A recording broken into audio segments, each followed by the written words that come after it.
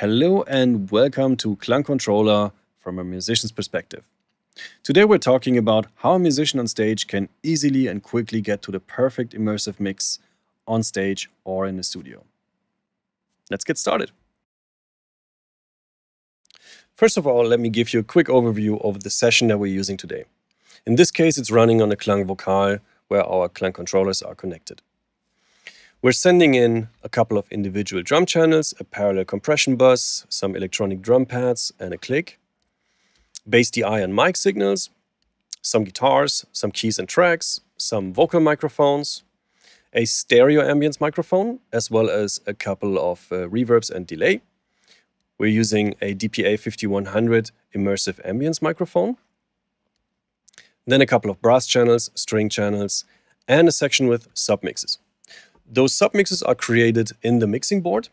The drum submix is containing the whole drum set, while the overheads and toms submix is just containing the toms, the overheads, as well as the electronic drums, and that can be used in conjunction with the individual channels from kick, snare, and hi-hat. The bass submix is a mono submix generated out of the DI and mic signal, and then a keys submix, brass submix, and string submix. So this is our pool of 64 channels. And out of that, each musician can pick 24 mono or stereo channels. Today, we are using the vocal mix. So let's take a look at the channels that we're using in this mix today. So we're using the overheads and toms submix, and we're adding the hi-hat, snare top, and kick to that. And that boils the whole drum set down to easily manageable 4 channels, 4 rotaries. We also use the bass submix. We're using the individual guitars, and then we're using the key submix, some vocal microphones. We are not using the stereo ambience in this case, we're using the immersive ambience from the DPA 5100. We're adding the reverbs and delay. And finally, the brass submix and the string submix. And that just boils down all the 64 channels to easily manageable 24 rotaries on our controller. We can find 5 bank selector buttons on the left-hand side of KLANG controller. Let's take a look at the groups bank first. If I push here once, I can see the first 8, and if I push again, the last 8 of up to 16 DCA groups. A DCA group, by the way, is simply a remote control for multiple independent channels. For example, if I want to increase the level of the entire drum set, I don't have to do that with all the individual channels. I can simply use the rotary of the drums group, and that will take care of it.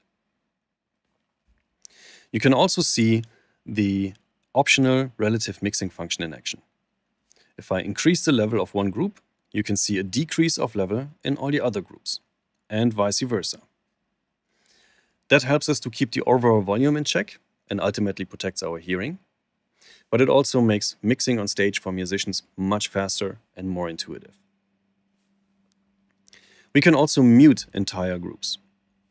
If we select the mute function, we can push down on the encoders of the groups that we wish to mute. The same thing is possible for soloing groups. If I select the solo function and I push down on one or multiple groups, that will solo those entire groups. You can see that now the solo light is blinking. That's a clear indication that something somewhere in controller is soloed and I might not be hearing everything in my mix. Even if I'm in a completely different bank and I don't see any solo channels, this indication is there. And I can simply push and hold this button, and that will clear the solo function and I hear everything in my mix again. Directly beneath the groups bank, we can see the 3 channel banks. These channel banks give us access to up to 24 mono or stereo channels within our mix. Like in the groups bank, we can use the encoders to manipulate the level, mute, and solo. If we are reaching the upper limit of the volume we can reach for one channel, but we need a little bit more juice out of that one, we can simply keep turning, which will decrease the level of all the other channels while simultaneously increasing the master volume. Long story short, the kick drum goes to 11. The config button gives us access to the fine-tuning of the channels. We can select the channel, and now all the channel parameters are laid out across KLANG controller. I can see the channel name, I can see and adjust the level, as well as mute and solo. And I have the choice between the panning mode stereo and 3D. The azimuth parameter gives us the horizontal panning, so this moves this signal around my head, while the elevation parameter gives us the vertical panning, so that will move a signal above my head or below my head. If we're using a stereo channel, the width parameter lets us adjust the distance between left and right of this channel within our immersive soundscape. We can reassign this channel to a different group, and of course we can change the color.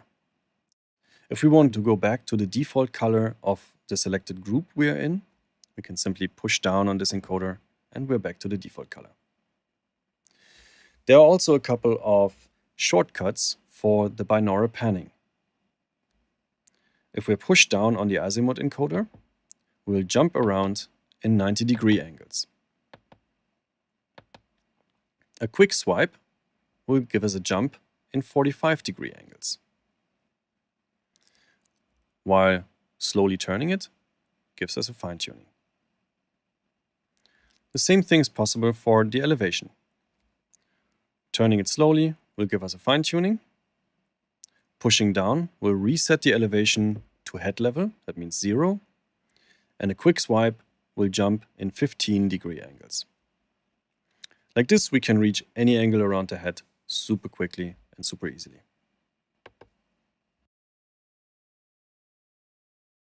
The AMBIAUX and AUX layer allows us to combine the immersive mix that we did with our channels and groups with the true ambience microphones, our binaural ambience microphones directly built into KLANG controller, and with the local aux in, which is simply a mini jack input in the back of KLANG controller, where we can connect a phone, a laptop, a player, a click, whatever we need. And that combination goes out to our headphone amp, and from there you have the choice to connect your in-ears either at a 1/4 inch output in the back of KLANG controller or a mini jack in the front. As you can see, KLANG controller is the easiest and most intuitive way for musicians to create their own immersive mixes on stage or in the studio, so they can focus on their art, on their music, instead of technology. If you should have any further questions, please write them to us, get in touch with us, and we'll be happy to follow up this video with a live Q&A session where we can discuss all of them in detail. In our next video, we'll talk about the advanced settings for KLANG controller and the remote management functions that will be super exciting for integrators as well as the techs on site. Until then, take care and see you soon.